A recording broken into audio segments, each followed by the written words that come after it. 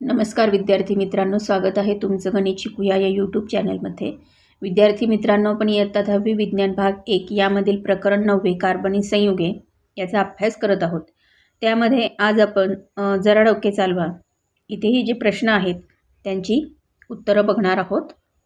जरा डोके चालवामध्ये carbon डायऑक्साईडचे रेणुसूत्र CO2 आहे. यावरून त्याची इलेक्ट्रॉन ठिपका संरचना, वर्तुळ विरहित व रेषा संरचना यांचे रेखाटन करा. ते बघा, इथे त्याचं उत्तर तुम्हाला दिलेलं आहे.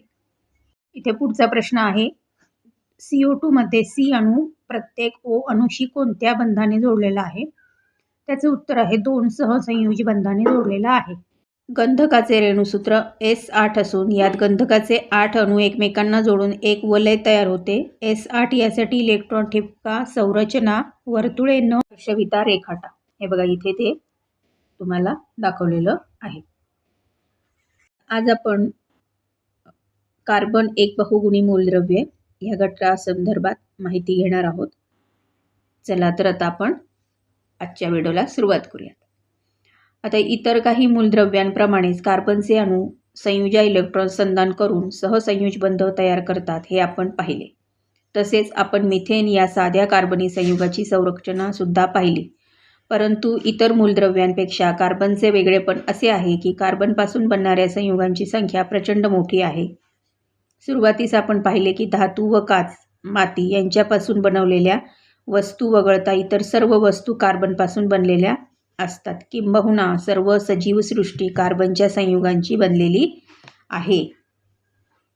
आपले शरीरही कार्बनपासून बनलेले आहे. कार्बनपासून मिथेनसारख्या लहान साध्या रेणूपासून ते DNA सारख्या महाप्रचंड रेणूपर्यंत लक्षावधी प्रकारचे रेणू बनतात.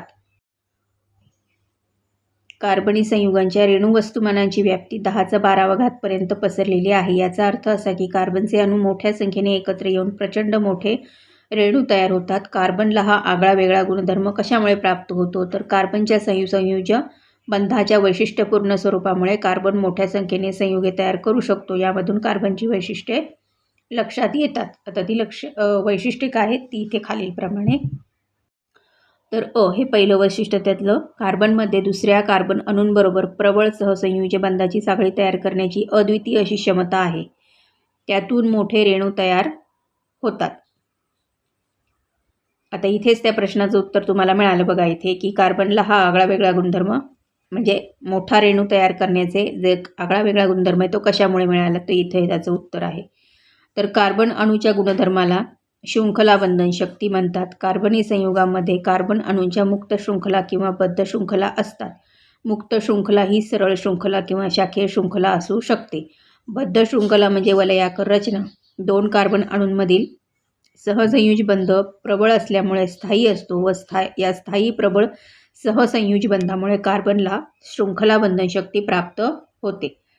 आजमितीस ज्ञात कार्बन संयुगांची संख्या सुमारे 10 दशलक्ष आहे. ही संख्या इतर सर्व मूलद्रव्यांपासून बनणाऱ्या संयुगांच्या एकत्रित संख्येपेक्षा जास्त आहे. कार्बनी संयुगांच्या रेणू वस्तुमानांच्या व्याप्तीचे मान 10⁻1 ते 10⁻12 आहे. तक्ता 9.7 बघा. जरा डोके चालवामध्ये त्यांनी आपल्याला 2 प्रश्न विचारलेले आहेत. तर या प्रश्नांची उत्तरे बघा. जरा डोके चालवा.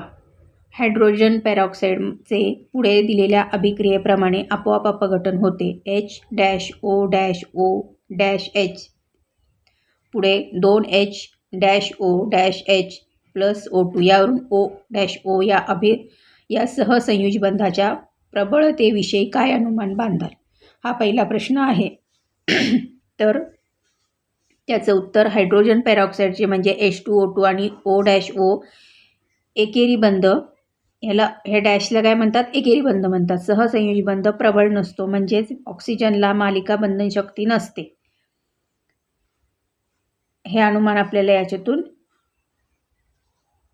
लक्षात येतं. आणि हे जो दुसरा प्रश्न आहे, वरील उदाहरणावरून ऑक्सिजनला मालिका बंधन शक्ती आहे का?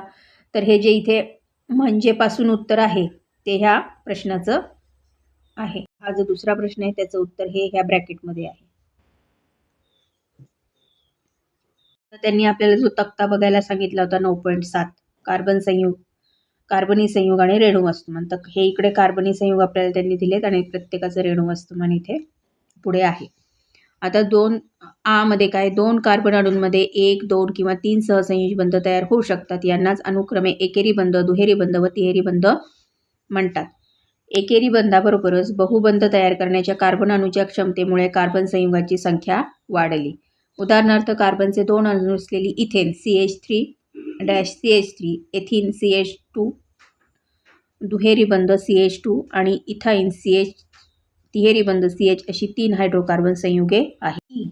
चतुसंयोजी असल्याने एक कार्बन अणू इतर 4 अणूंशी कार्बन किंवा इतर बंध तयार करू शकतो. यातून अनेक संयुगे निर्माण होतात. कार्बनचे ज्यांच्याशी बंध तयार झाले आहेत त्या अणूंपासून अणूंप्रमाणे वेगवेगळे गुणधर्म त्या संयुगांना प्राप्त होतात. उदाहरणार्थ हायड्रोजन व क्लोरीन या 2 एकसंयोजी मूलद्रव्यांबरोबर कार्बनच्या एका अणूच्या व्यापाराने 5 वेगवेगळी संयुगे तयार होतात. ती बघा काय आहेत: CH4, CH3Cl, CH2Cl2, CHCl3, CCl4. अशा प्रकारे कार्बन अणूंचे ONS, हॅलोजेन, P इत्यादी मूलद्रव्यांच्या अणूंबरोबर सहसंयोजी बंध तयार होऊन अनेक प्रकारची कार्बनी संयुगे मोठ्या संख्येने तयार होतात. कार्बनी संयुगांच्या संख्यावाढीला कारणीभूत असलेले आणखी एक वैशिष्ट्य कार्बनमध्ये आहे ते म्हणजे समघटकता. त्याविषयी लवकरच पाहू.